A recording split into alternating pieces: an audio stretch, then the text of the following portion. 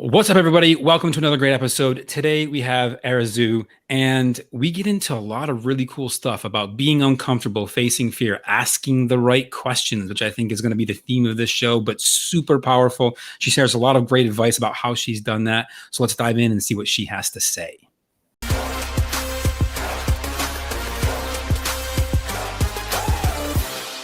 What's up, everybody? Welcome to another great episode of the GOYOW Now Show. I am, as always, your host, Bob McIntosh. And today I am honored to introduce Arezou. I say that right? You said it perfectly. Perfectly. I hate mispronouncing people's names, so I always try to make a point. And if you're listening, by the way, that's something you should take note of too. I feel like making sure... And hearing your name is one of the most powerful things you can say. So getting someone else's name right speaks to them at a deeper level, subconsciously and all that. But that's not what this episode's about. Anyways, I digress. So anyways, thank you for being here. Appreciate having you here. For all of you guys listening or watching, appreciate you tuning in. Welcome. Thank you. I'm so glad to be here. I'm excited. Perfect. So for anyone who doesn't know you, which I'm going to assume is the large majority of my audience since we just met today, but by the way, I checked out her qualifications. Seems like she's awesome. So we're going to make sure that she is as we go through this. I have no doubts though. Tell us a little bit about who you are, what you do, and how you got to where you're at. Okay. So hi, everyone. So glad to be here. And thank you, Bob, for inviting me to be on your show. My name is Arezou Zaragshan. And don't worry, there will not be a quiz asking you to repeat my name. I'm an immigrant. I moved to the U.S. when I was 18 years old to go to college, and I just stayed here. And, I've had a meandering path. I went into the corporate world. I was an executive in Fortune 10, and the smallest corporate company that I worked for was $1 billion enterprise. And from there, I got involved in the startup scene. I was a co-founder at a startup, didn't work out very well. And then I jumped into... That happens. That happens. And, I'm glad I got, practice, I guess, I stumbled into investing. I was an investor for a little while. And then I decided I'm going to invest my own capital in launching another startup. So right now I'm the founder and CEO of a FamTech company, family technology company, to help busy parents with on-demand help. And in addition to that, I have my consulting practice, and I help founders and entrepreneurs take their idea to market and then later scale it. And I love it. That's awesome. That's awesome. Okay, so question for you, and I got to ask this. So you were a co-founder of was it a tech startup that failed?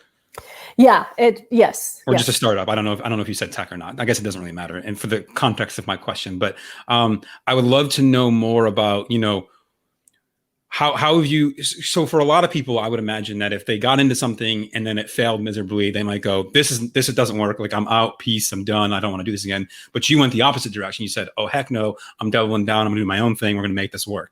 So I'd love to know more about the mindset behind it. Like how did you think about that? Like, what was the emotions that you were feeling or experiencing as that was like winding down or ending and, moving into something new?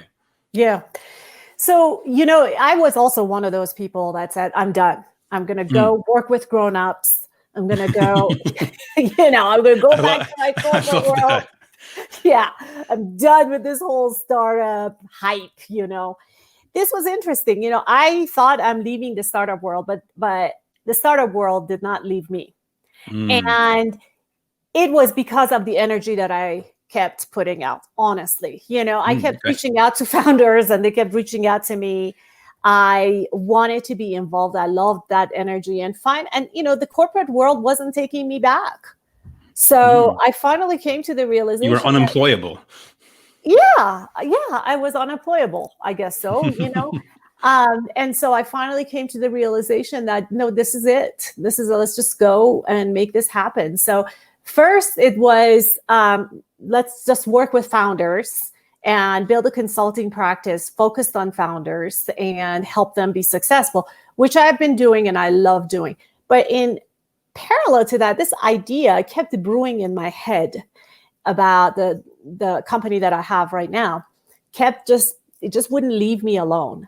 And I kept telling myself, well, I'll do it when? I'll do it after a couple of years. I'll do it after I raise capital.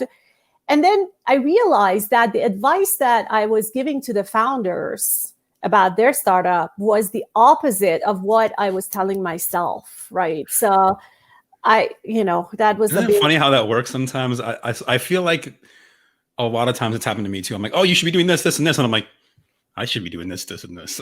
Yeah, right. So, I kind of felt like a hypocrite. I'm like, I'm telling them to go for it, launch it, and, they'll figure it out. And then yet I'm sitting here and giving myself excuses. And so that I decided to move on my idea, and there I am. There you go. Okay, so you decided to move on this idea, and you're helping families now with the technology that you're building.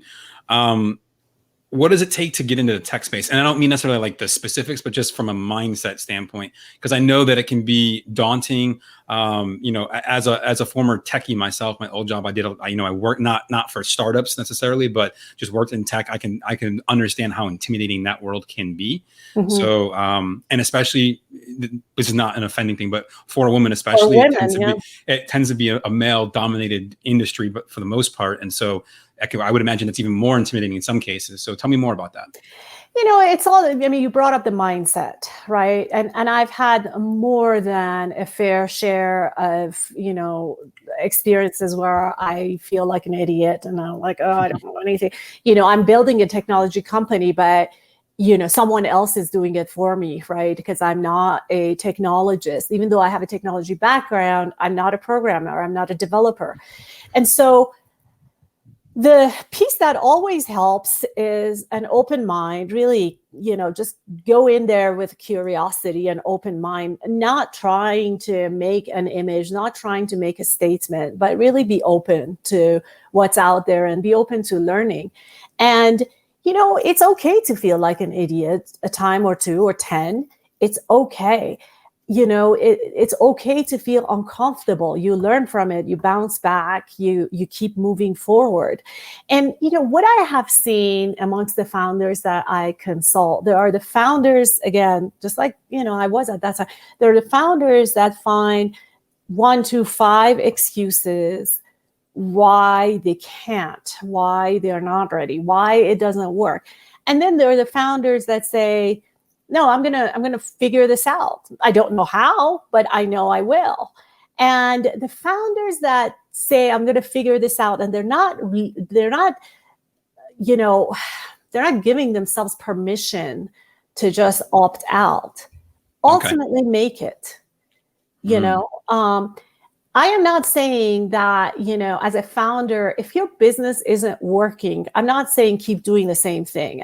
As a founder, you have to pivot. You have to be realistic and adjust and modify. Especially right now. Exactly. How many businesses do we know that had to pivot in order to make it, right? And those that have pivoted have actually thrived. Very true. And so in my experience, that whole mentality that no, I'm not done yet. I'm not done yet. There's more for me to figure out and tackle. And this happens at corporate world. I'm one of those people that has the experience at the corporate level, giant corporate. That's what they do too, right? If they are trying to go into a market, let's say, I don't know, a consumer product wants to go into India. How many consumer products do I know that has actually tried to go into India and really capture that market, given that it's a beautiful market? And they can't. They can't. They try, they can't. And they say, well, maybe India wasn't the best place. Let's go look at China. Let's go look at Russia. Let's go look at South America. They don't just say, oh, well, we should never, do any expansion. They'll figure it out. So in the case of, my failed startup that I was a co-founder, the situation was a little different. And let me explain how. One was, the main issue that startup didn't succeed was because as co-founder, so there was myself and 2 other women, we fell apart. We fell apart. So we had a founder. Like your internal dynamics were just not clicking? It was more than that. They just, we diverged. Very, and that very happens. I've seen that significantly. happen. I've had it happen with me and a partner. I was like, hey, like we're on different paths from what we see, and so it didn't work out. Correct. And so in my view, that was the reason that startup did not materialize. And so it was first I left, and then later on I heard the other co-founder left, and eventually this startup ran out of money and couldn't make it. And looking back at that experience also, I should have listened to my little voice, right? Because when I first was invited to join that startup, I really didn't feel that connection with the other co-founders. I really wanted to make it work. I really wanted it to be a success story, but we weren't clicking, to your point. We weren't clicking, but I kept trying to click. And, you can only do that for so long. So yeah, that didn't work out very well. I get that. And I think that's an important thing. One of the things I know about many conversations that I've had with entrepreneurs, who some of you might even be listening or watching this, is, a lot of them are solopreneurs. They're by themselves right now. And a lot of them are saying, oh, I need to get a partner. Like everyone I see that's doing things has a partner. And I'm like, look, I'm not going to say that's not the right answer, right? And for some people it is, for some people it's not. But I think the more important thing, and to your point precisely, is if you're going to have a partner, make sure it's the right one, and the people always throw on the idea that a partnership in business is like a marriage, because it really is. But the more you look at it, the more that you think about it, the more that you realize what's going to have to go into it, the more that becomes very, very, very true. And especially if you've already got an actual marriage, now you're almost like inviting a third person in. So it's got to make sense. It's very true. It's very true. And you're, absolutely right. Like the people that say, I need to bring on a partner, imagine how silly it'll look like when I say, I need to get married. I mean, you don't, I need to have a husband. Well, you don't do that. You have to, you meet the right person, you develop the right chemistry, and then you go into business together. Right. So this is not a Beyonce song. You don't need to put a ring on it. Yeah, exactly. I mean, right now I don't have a partner. I have a team. I'm the founder and CEO. I don't have a C-suite. I will create that at some point when it's time and when I meet the right people. That's perfect. Yeah. So Yeah. I want to go back to something, because I think this is an important mindset topic I want to touch on. So you said you yourself are not a technical person, like you're not a coder, but you're trusting your developers to do the right thing, to show up, to build it the way it is. And this is something, especially because I'm in the digital agency space, so I get technology. Like I can do coding, I can build a website, I can do all that. I don't right now because there's a better use of my time, but I get it. And there's a lot of people that I talk to that are hesitant to plug in anyone in the technology space, whether it be an outsourced provider for a service that they need or a developer for an app they want to build or whatever, because they don't get it themselves. And they feel like, hey, that person is going to take advantage of them or could, or they're letting a whole bunch of stories run away with possibilities. So I'd love to hear from you more about how have you overcome that, if it was a thing for you. I don't know if it was or not. And if so, if it was a thing, like, what did it take? What did that look like? I think that would be a fascinating conversation. Yeah. So in that case, you have two options. Someone who is non-technical and needs technical help. You either need to train yourself to be able to ask the right questions, or you need to trust the person that you ask to come join your team and do the work. In my case, because I was anxious to get going, I decided the latter. I decided to find trusted people. How did I find trusted people? Like my first developer was /is the husband of someone that I know very well in the community, in the startup community. And I knew for the fact that she was not going to damage her reputation, recommending her husband to me. Right. If she had any doubt. And, I interviewed her husband and I talked to him, and I had trained myself enough to be able to ask the right questions. And so that was the direction that I went to. For a lot of founders, and that's fine too. I have a very good friend who is a lawyer and also has a national startup. And she trained herself. She trained herself on technology, and she's now the CEO, the chief legal officer, and the CTO of her company because she knows that much, right? And so the developers that she hires, she very much knows what they're doing and how they're doing it. The other piece that I want to say is, as a founder, you have to be, there is a process to developing your concept and putting out to the market, right? And that process, a big part of it is called minimum viable product, MVP. And the MVP, you have to be very, very ruthless about defining your MVP from the customer's perspective. From the outside, what is it supposed to do, and what does it look like? And really be a good, don't leave it vague. Don't leave it to your developer or your technical person to define it for you. No, you define the requirements that of that MVP from the customer's perspective, and give a little chunk of that to your developer and see how he or she will do. And that is a great, testament to how well they'll do the rest of it.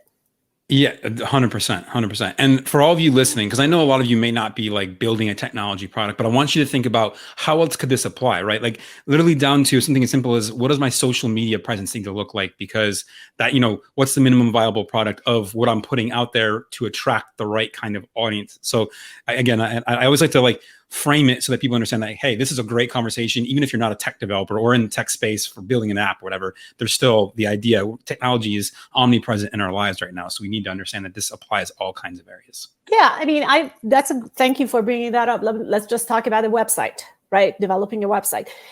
Every business has to have a website at the minimum, right? You can go custom and pay someone thousands of dollars to build a custom, beautiful website for you. Or you can go and pay, I don't know, Squarespace, $180 for a year and develop a website that's good enough that you can put out there, and you can start seeing the demand. You can start marketing yourself. And so that, small little website from Squarespace is your minimum viable product. Don't go spend thousands of dollars yet on a custom website developer. So yes, you're absolutely right. It can apply to everything in my perspective. Awesome.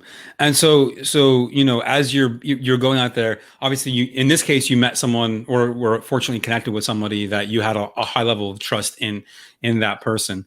Can I make the assumption that you talked to other people besides this one person? Absolutely. As you're going along? Okay, cool. And so did they have the same level of trust? Or is that why you went with him? Or, if there wasn't the same level of trust, how did you bridge that gap? Because I know you said you taught yourself to ask the right questions. How did you do that? Yeah. So, yes, I talked to about a dozen people, dozen freelancers and agencies.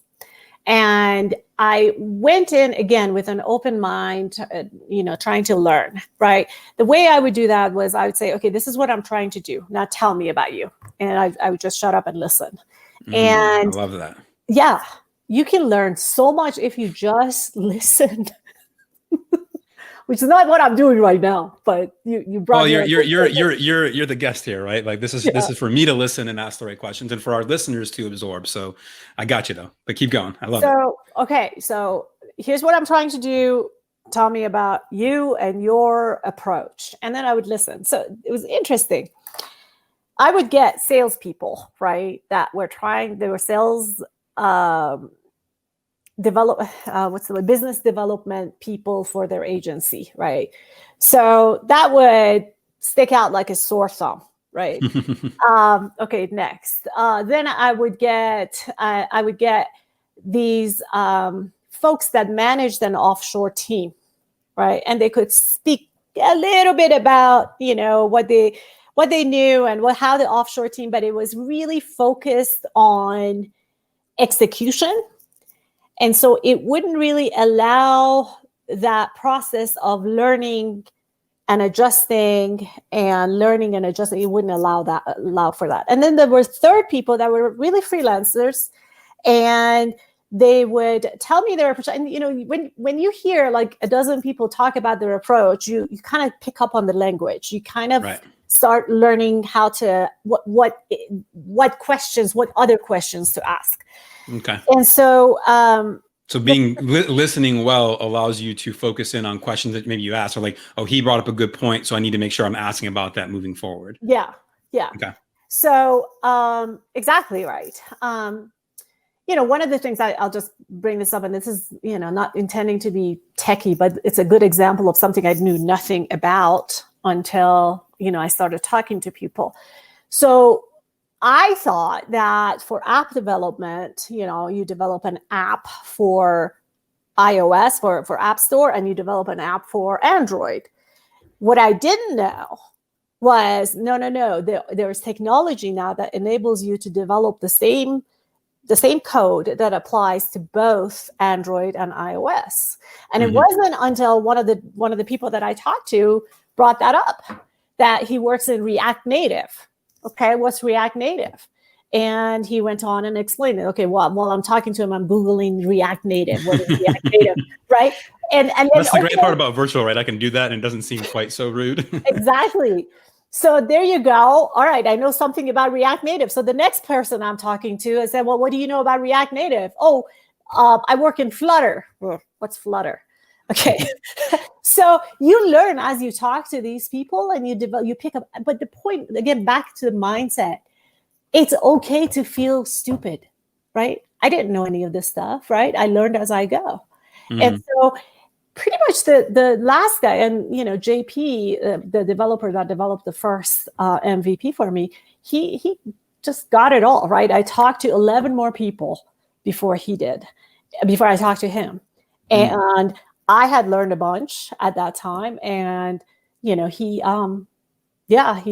wowed me, and I liked his approach, and he worked in Flutter, and Flutter is the winner. Yeah, Flutter is the winner. And so, So, the key is be open. It's fine. It's fine not to know. You have a vision. You have a vision. You have a mission. Don't give up just because you're feeling uncomfortable. Feeling uncomfortable is good. If you want to feel comfortable, if you want to feel safe, stay home, close the door, and do nothing. That's comfortable. That's safe. You got to find money, figure out how to make money somehow. But, but being minor details, right? Yeah, I know. But really, as an entrepreneur, as a founder, as a solopreneur, if you are not feeling uncomfortable, you're not trying hard enough. If you're not staying up at night, worrying about how of something. Right now, I'm staying up at night worrying about how I'm going to raise money, which avenue I'm going to go to raise capital, but that's good, so that's my advice. I digress. If you are not feeling uncomfortable, you're not trying hard enough. You're not growing. If you're feeling safe and happy, okay, great, but know that you're not growing and you're not pushing the envelope. You're not driving positive change in your life and in others. If you're feeling all safe and comfortable, put yourself in uncomfortable positions. Hey, people talk about, hey, I don't want to have sleepless nights. Hey, one sleepless night or two here and there isn't going to kill you, right? Yes, stay up and think about how you're going to approach something, what you're going to do. I have my own sleepless nights about how I'm going to scale. I am going to be raising a round of capital raise pretty soon. How I'm going to do that? Who am I going to approach? I'm uncomfortable, right? I have always grown from putting myself in an uncomfortable situation where I have no idea at the moment how I'm going to do that. But it's always worked out so much better than I ever imagined. So put yourself in an uncomfortable situation. That's perfect. And I think that's true is something I keep seeing over and over again when I talk on these conversations, even with myself to some extent, not always, but and I think this, there is no absolute truth in this capacity of what we're talking about. But when you make an intention, when you make a point, you say, this is what I'm going to do, and I'll kind of figure it out.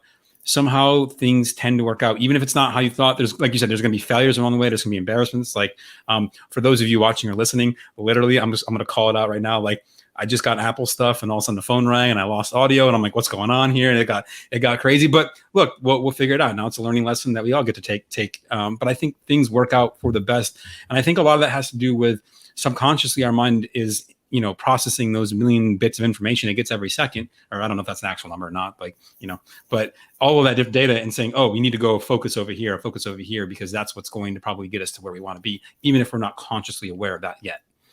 Yeah, it's very true. I've been doing a lot of studying on brain science, and there's the subconscious mind, and then there's the conscious mind. The conscious mind is the chatter that you hear in your head, and you kind of need to master that, because if you don't rule it, it'll rule you, right? But really, the subconscious mind is the one that you don't really know, but it tells you the truth. It tells you the truth. And you got to figure out how to listen to your subconscious mind. And your subconscious mind is the one that guides you towards growth, guides you towards the things that are uncomfortable, but they're good for you. The conscious mind is the fight or flight thing, right? It's like, oh, that's too scary. You won't survive. Rule it, right? It's good. I have so many examples of how I've put myself in an uncomfortable situation, so many. And hey, was it hard? Yeah. I was an executive in Chicago for a $2 billion company. And I, on paper, everything looked amazing, right? On paper, I lived the life. But I was miserable. And funny how often that happens. Yeah, I was miserable. And I kept telling myself, right? Again, the consciousness, I kept telling myself that I should be grateful, that this is great. This is what everybody wants.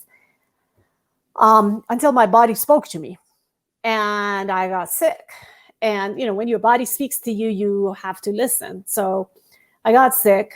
And after I got, better, I had the choice of going back to work and having all of that. And by the way, I had a promise of a promotion from the CEO. So my responsibilities, that beautiful life that looked, awesome on paper, was even going to look better. But I quit. And this was in the middle of the giant recession. This was in 2010. And I had no jobs lined up, a giant mortgage, a lot of bills to pay. And I quit.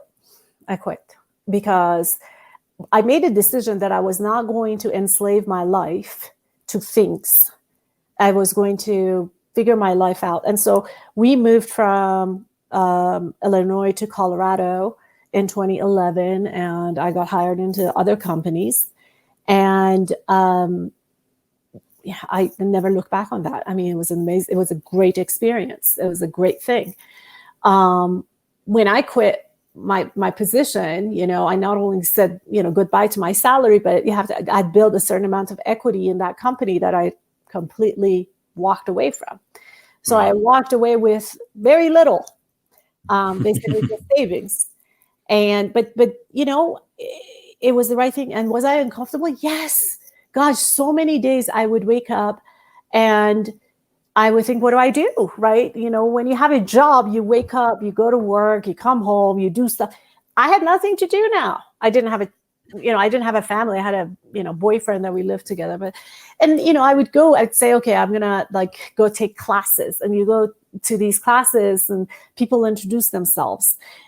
I'm so-and-so and I work for, or I'm so-and-so and I am a director of, IT, right? It's funny how people associate what they do to who they are often. Right. And so I'm surrounded by a room full of people who are employed. They're all in this class because their employers has put them in this class. And here I am unemployed, and I'm Arezou and I'm unemployed. And is that uncomfortable? Yes, it's so uncomfortable. It's so uncomfortable, but I still did it. And I learned. So welcome the discomfort. It's good for you. That's how you get Embrace there. it, hug it, Embrace get a it. pat on the back, walk with it, hold hands. Exactly. Exactly. That's awesome. So when you decided to, pick up and move from Illinois to Colorado, was there a reason Colorado, or is it just like just to get out? Because one of the things that I've been asked a bunch of times is like, man, like, I lived in Chicago for a little bit, then I moved to New York City and then LA, and almost all those cases I really didn't know anybody. There wasn't like family or friends that I had in those places. It was simply just, hey, this seems to be the next place for me to go. Mm-hmm.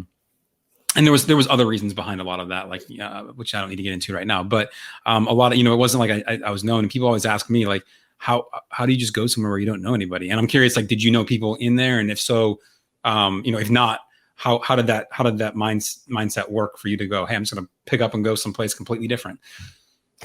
Yeah, I mean, moving is not foreign to me. I mean, I moved from Iran to the United States when I was 18 years old, and I have family in the U.S., so it wasn't completely foreign. But I moved from the United States to Singapore on a foreign assignment, 2002, 2003.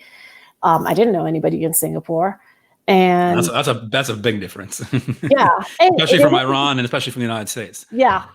And, my mentality is, again, so what, you don't know anybody, you get to meet new people and make new friends. Okay. And, I guess the question is, why are you moving? I mean, for me, I moved, every time I've moved, it was because I wanted to improve the quality of my life. I wanted to improve the quality of my experience. And, it came with a list of challenges. But for me, living my life and living the purpose was more important than, the challenges that I had to overcome. And so, I mean, Illinois, we really didn't feel like we belonged to Illinois, to the Midwest, I should say. And again, we really tried hard to belong and fit in. But, there was a point where we just couldn't lie to ourselves anymore. And we took a weekend trip to Colorado in November of 2010. And we fell in love with Colorado. And we said, okay, let's try to figure out how we're going to make this happen. And then in February of the year after, we moved. I love that. And the reason I love that is that my move from New York City to LA, and then more recently right now, my journey at this current time to figure out wherever it is I'm going to land next, is about that feeling. Like you said, like like when I went to LA for the first time, I came back.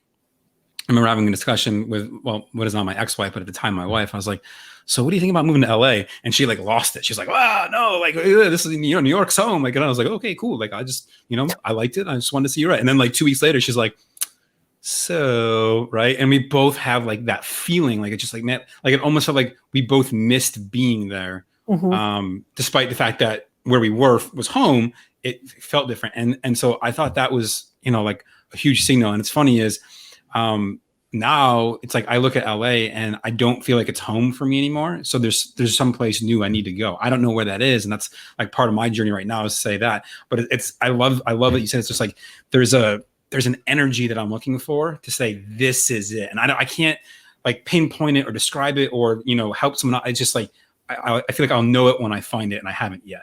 It's very true. It's very true. And then when you find it, you know it. Yeah, it's right. Like you just like I knew, like I just exactly. It's crazy. But I think the funny part is some people get so stuck in their own way of, oh, this is where I've always been, or especially like I grew up in a small town, and a lot of the people that I knew growing up still live in that same town. And to them, it's mind blowing that I've like gone other places. And it's funny to me, like just the mindset or the I don't know if it's mindset or fear, or maybe it's just they're comfortable being comfortable. They don't want to get uncomfortable, like you were talking about. I don't know, but it's fascinating to me, the idea of moving and what it brings up and how people react to that idea. Yeah, I think I mean, there are people like I know some people, a lot of people actually that are fit the same category, and they say this is where I'm going to be. This is what I love. And this is what I'm going to do. And that's fine. That's a choice everyone has for their own life. And, the minute they're going to start talking about, I wish I could, I wish I did, that those two don't go together, right? If you're comfortable, I don't know, living in Camas, Washington, and you're good with your neighbors and you're good with your life and friends and everything, great, wonderful. But the minute you say, hey, I wish I lived in Barcelona and eat tapas every day. Well, okay, you have to make different choices for that. Right. Right. and it's going to be uncomfortable. And you're going to have to get uncomfortable with that. Exactly. And it will disrupt your life in Camas, Washington. You have to accept that. You can't have both. I've always been the one that, I don't know, I think comfort and complacency is dangerous. And so I unconsciously actually push myself in areas where I'm pretty uncomfortable. That's good. I think that's a huge trait almost of the people who I've seen that are successful and are reaching for it. Like, I know I can speak for me personally. There's been a couple of times in my life where I'm like, man, I'm really comfortable. And then all of a sudden I'm like, wait, I'm comfortable. Something's wrong. Right. That's great. It is, but that's a trained reaction. That's not how, and I think this is an important point. That's not how most of us are going to naturally react. I've put myself in enough positions to say, I know that I need to be. So when I'm not uncomfortable, that scares me more. But I feel like I had to train my mind to get to that point, because naturally we want to be comfortable. We want to avoid discomfort. So I think that's a huge difference in the people, at least from what I've seen, the people that are successful versus not. Yeah, no, I agree. I reflect back. This is like the first time that I put myself in an uncomfortable position. I was very young at the time. I worked for a big technology company, and I was considered the expert in my little group. Okay. And my little group was in charge of procuring electronic parts, basically. Okay. And I was one of the people in that group, but I really wanted more than that. And I really wanted to, because I knew what I knew, and it wasn't enough. And so in order to get where I wanted to get to, I had to involve myself with R&D. And these are like top of the food chain in terms of, expertise and brain talent and you name it. And the company was wanting to go a particular direction from an technical architecture perspective. And they needed somebody, an engineer, to lead the architectural decisions. So me, Arezou, at that time, how old was I? Maybe 26, 27. I raised my hand when I said, I want to do this. And yeah, I mean, crazy. And I can't tell you enough, Bob, how uncomfortable that felt. Anyways, because I had good relationships with management, they said, okay, Arezou, go lead a technical meeting and get it off the ground, and we'll see what happens. So in this technical meeting, again, the brains are all there, and I'm expected to lead the discussion and lead the conversation with all of these people when I have no freaking idea, honestly. Oh my God. I mean, so I practiced a little bit. I studied a little bit. I went to the meeting. I held my own. I asked the right questions. I facilitated the conversation. I was so uncomfortable. The whole time, this imposter syndrome, right? That I'm faking it. I don't deserve to be here. And hey, I ended the meeting, and I didn't know how well I did. Well, lo and behold, one of the meeting participants had gone to the senior management, had said that was a great meeting. We got a lot out of it. We have a direction. We can move forward. And that came back to me that I did a good job. And yay. Right? Yeah. Like internally, you're like, Nailed Yeah, it. I mean, was it luck? Was it, you name it, whatever it was. But that was my big lesson, that, taking risks and putting yourself in uncomfortable positions is good, so there you have it. So I love, and I want to bring this up because I think you've said it now at least twice, if not 3 times, asking the right questions. I feel like if like that seems to be, if like, at least from our brief conversation, one of your superpowers and what you're great at is asking the right questions, and figuring out what do those questions need to be so that you can ask them. And I think that's huge. So I just wanted to point that out again, because like I said, you said it a couple of times, and I think that's something that a lot of folks don't do, right? They're like afraid to ask questions because it might make them uncomfortable. Yeah, I mean, it's the fear of feeling, again, unintelligent, feeling stupid. And it's okay. I mean, you can always preface it by self-deprecating yourself, right? You can say, okay, and I've done this many times and I still do it, like somebody says something and I just look at them and I say, I have no idea what you just said. So I'm going to bring you back, take you back to the beginning, and let me just ask some questions so that I make sure I understand. And that is so powerful. They usually are flattered when you say it like that. The other technique that I've used is like my developer explains, certain things in the code. And I look at her and I say, okay, I'm going to pretend I'm understanding everything you just said. I don't. I don't understand what you just said. So, I think that, coming out and saying, I don't understand is actually really, really powerful, because it shows that you're secure about yourself enough to put yourself out there and say, hey, I don't understand, but that's okay. It doesn't make me a stupid person if I just don't know this part. It doesn't make me a bad person. It's just, I don't understand what you just said. No, that's perfect. What I love about that, I'm just about to finish a book right now called The Culture Code, and in that he talks about one of the things that they found that make groups and teams more effective and more productive is vulnerability. Because when the leader of a group is vulnerable with the other members, it creates a space of, hey, it's safe to do that, and safety triggers it's okay to belong here. And so that phrase that you just said is like the perfect example of it, right? It's like, hey, I'm owning that I don't get this, and it's okay for you to then, and then also, again, it puts them at a higher position, so then they feel like they get to teach something, which always creates that, that perception of, hey, I'm better. I mean, that's not maybe the right way to say it, but it creates a hierarchy in their mind of, hey, I get to be the teacher for a second. Exactly. And sometimes, especially with a leader, we need to put ourselves below, because if we're always on top, then we probably didn't bring the right people in, because I need folks with expertise at different levels. You're absolutely right. Another technique that I use, again, to, help people own their discomfort is, I tell them that, when you're talking to someone and, again, you're lost, right?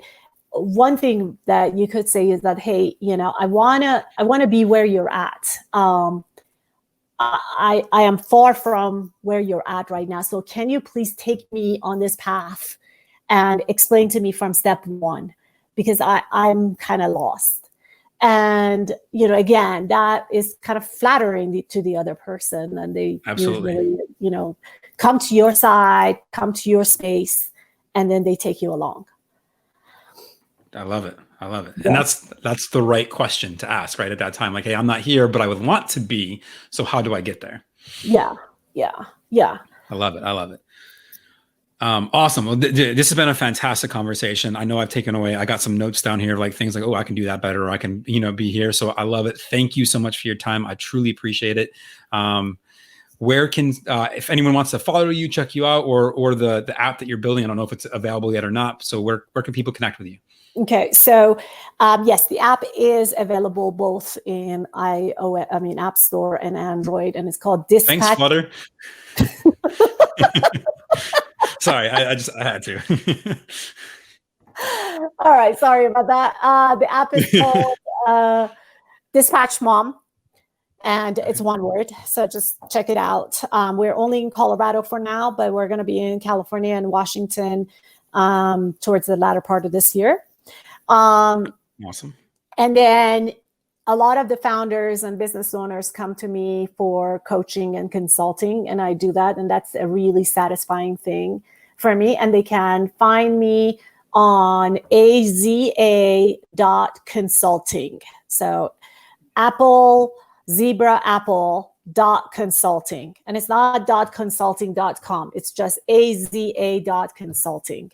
And I'm on Twitter, LinkedIn, Instagram, you name it. All the places. I love it. Awesome. Awesome. All right, everybody. Well, as always, thank you for tuning in. Thank you for listening. Appreciate your attention. It is one of the most valuable things, your time, that you can give to me. So I thank you for it. As always, please make sure you rate, subscribe, review. Let us know if there's questions. Obviously, if you're watching on YouTube, you can drop a comment. If you're listening, just let us know. Reach out. I'd love to hear from you guys on what you're liking, what you don't like, what you think about the guests. And I'm sure she'd love to hear from you as well, just to know that, hey, you appreciated her time and giving of it. And thank you, as always, for being here. We'll see you guys again on another episode next week. As you know, we launch every Thursday, so be sure to check in for the next episode. Thanks so much, and we'll see you later. Bye.